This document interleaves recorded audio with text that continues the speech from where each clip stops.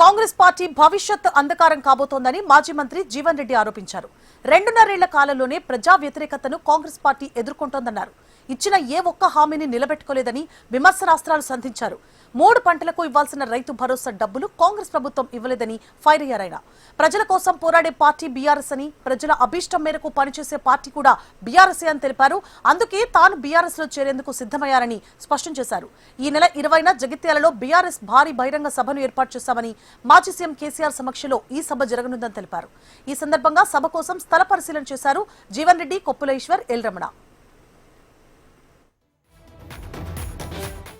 కేసీఆర్ గారి సారథ్యంలో ఒక ఉద్యమ నాయకుడిగా వారు ఏదైతుందో ముఖ్యంగా తెలంగాణ రాష్ట్ర పురోభివృద్ధి కొరకు రైతాంగమే కానీ, రైతు కూలీలే కానీ, దళితులు, బలహీన వర్గాలు, నిరుపేద సంక్షేమే కానీ, ఆడబిడ్డలకు సంబంధించే కానీ మరి చేపట్టే కార్యక్రమాలను కొనసాగింపులో ఏదైతుందో నిర్లప్తత, నిర్లక్ష్యంతో మరి ముఖ్యంగా రైతాంగం ఏదైతుందో రోడ్డు పడే పరిస్థితి ఏర్పడని చెప్పంటున్నాం.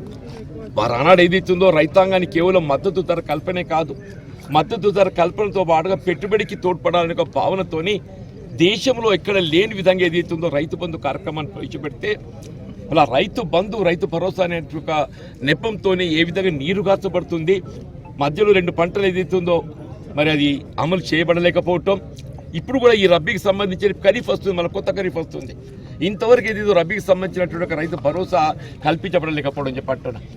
ఇలా రైతాంగాన్ని ఈ దేశాన్ని పట్టాడు అన్నం పెట్టేవాడు రైతు అని చెప్పారు. అటువంటి రైతు పురోభివృద్ధి ప్రధానంగా ఎంచుకునేది ఎత్తుందో దేశంలో ఎక్కడ లేని విధంగా రైతు బీమా కార్యక్రమం అమలు చేసిండ్రు. ఆడబిడ్డలకు ఏది ఎత్తుందో మరి తోడ్పడే విధంగా కళ్యాణ లక్ష్మి కార్యక్రమాన్ని అమలు చేసిండ్రు. ఇలా పురిటి నొప్పులతో బాధపడేటువంటి ఒక తల్లికి ఏది ఎత్తుందో కేసీఆర్ కిట్ అందింపజేసిండ్రు. ఆ కార్యక్రమాలన్నీ కూడా వాళ్ళు నీరు కాచబడుతుందని చెప్పంటున్నా.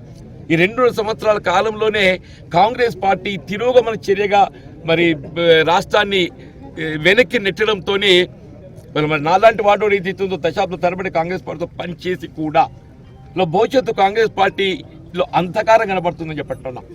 భవిష్యత్తు కాంగ్రెస్ పార్టీలో అంధకారం కనబడుతుందని చెప్పట్టున్నా. ప్రజలకు ఇచ్చిన ఒక వాగ్దానాలు ఇవి కూడా నెరవేర్చబడలేకపోవడంతో ఏదైతుందో మరి అలాంటి ఏ మార్పు కావాలనేటువంటి ఒక భావనతోని కాంగ్రెస్ ప్రభుత్వాన్ని ఏర్పాటు చేసుకోవడం జరిగిందో మరి కేవలం 2 సంవత్సరాల కాలంలోనే ఏదైతుందో మార్పు కావాలి, ఇలా రేవంత్ రెడ్డి గారు పోవాలి, కేసీఆర్ గారు రావాలి అనే ఒక నినాదం ఇలా ప్రజల నుండి వస్తుంది, ఇది ప్రజల నుండి వస్తుందని చెప్పంటున్నాను. కాంగ్రెస్ పోవాలి, బీఆర్ఎస్ రావాలనే ఒక నినాదం ప్రజల నుండి వస్తుందని చెప్పంటున్నా.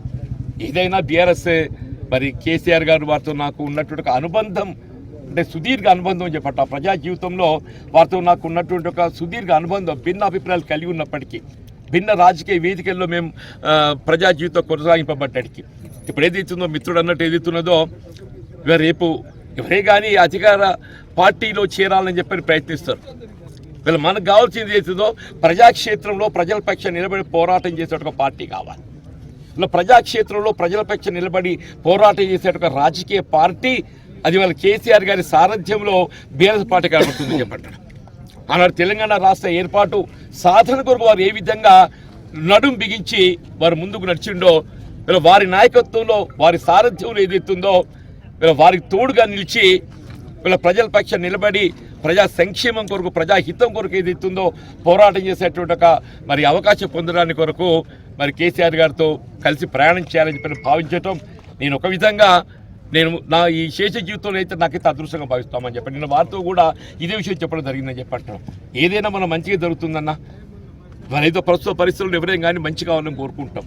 నేను ఆశించిన మంచిని అక్కడ పొందలేకపోయినప్పుడు ఈ భవిష్యత్తు తెలంగాణ ప్రజానీకానికి సంక్షేమానికి ఎవరు పాటుపడతారో వారి సారథ్యంలో పనిచేయడం నా వంతు బాధ్యత భావిస్తానని చెప్పంటాను.